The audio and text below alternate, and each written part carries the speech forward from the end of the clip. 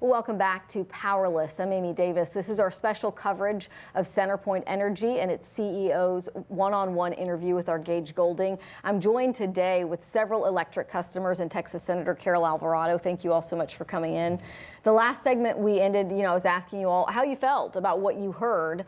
One of the things that we talked about is you said, you heard a lot of promises, mission statements. You didn't hear like hard, concrete things that they're doing. One thing that we did hear is he talked about this self-healing grid.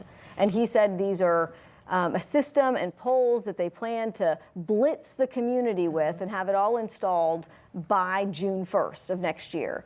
They're saying, that, have you heard anything about that before today?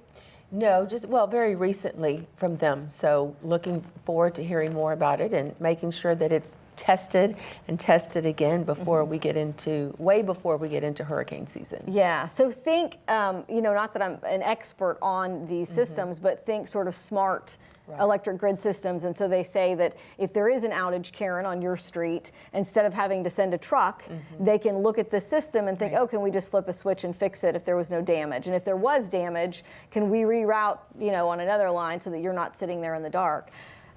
I know that some other electric companies and utilities have been using that as far back as like 3 years ago. And so we asked CenterPoint earlier today, isn't this the same thing that we talked about putting in back in 2022? And she was like, I don't know that. I can't get that answer. And I said, and how much will this cost? Right. Well, I would hope that they could do this within their own budget and not go to the taxpayers, because I think people are still having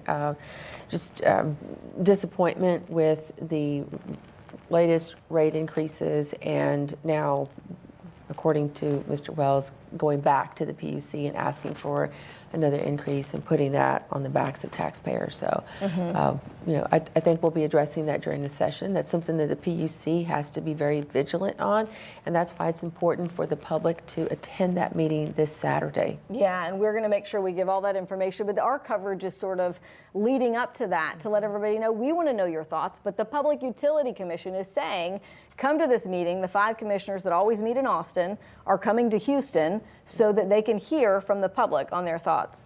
And I know some of you are going to attend that meeting. What do you want to say to the Public Utility Commission about your experience with CenterPoint? Nick, you want to go? Yeah, just, the same thing, that we have, intermittent but fairly frequent outages. Storms obviously cause it to have issues that can last days.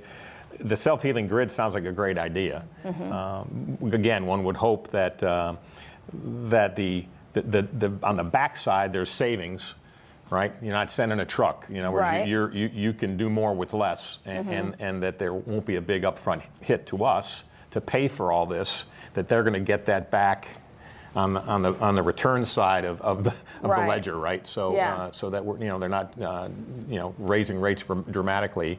That they're getting that back later within their business course. Yeah. What do you plan to say, Scott? The smart meters they've got seem to be working for communication-wise, so it sounds like a good idea. Of course, nobody wants to pay higher rates, and like stated before, we're paying more for power these days than we ever have.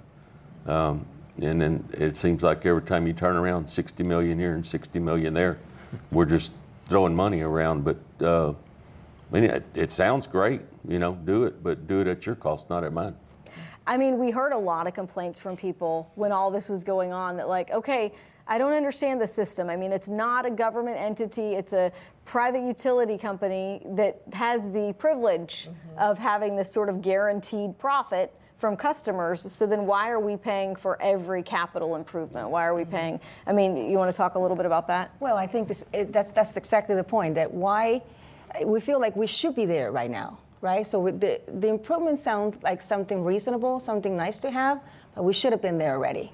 So now we're going to try to get that step ahead at what cost, right? And then there's other things that are basic that still need to get done, that are not, slowly are getting done. But again, we could get a storm in a week or two, and what's going to happen?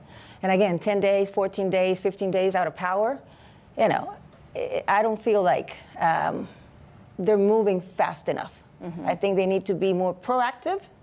in terms of making sure that everybody is ready and not, you know, if you get 45-mile winds, then Yeah. you're out of power. Right. Alex, 20 seconds left in this segment, but when you look around, when you see the state of, our power and power outages right now, is there anything that concerns you more, or state of Well, polls I you think see? they have a lot of catching up to do. I'd like to know where all that money went all these years that got us to where we are right now. And when we do have an incident, they really need to improve on their customer service. I mean, it was a nightmare for me just trying to get someone to answer the phone. At least you got someone to pick up the phone. I could never get anyone to pick up the phone. And then the information exchange was so contradictory when finally people did come out to the house versus the people on the phone. It was just, they were just talking nonsense. In different directions. Right. All right, we're going to take another quick break. We want to remind people at home that you could scan the QR code that was on the bottom of your screen there to weigh in on how you feel after watching the CEO of CenterPoint and his most recent comments after the storm on what CenterPoint is doing to strengthen, to harden their infrastructure, and all of these issues that we know are important to you as electric customers. We're going to take a quick break. We'll be right back.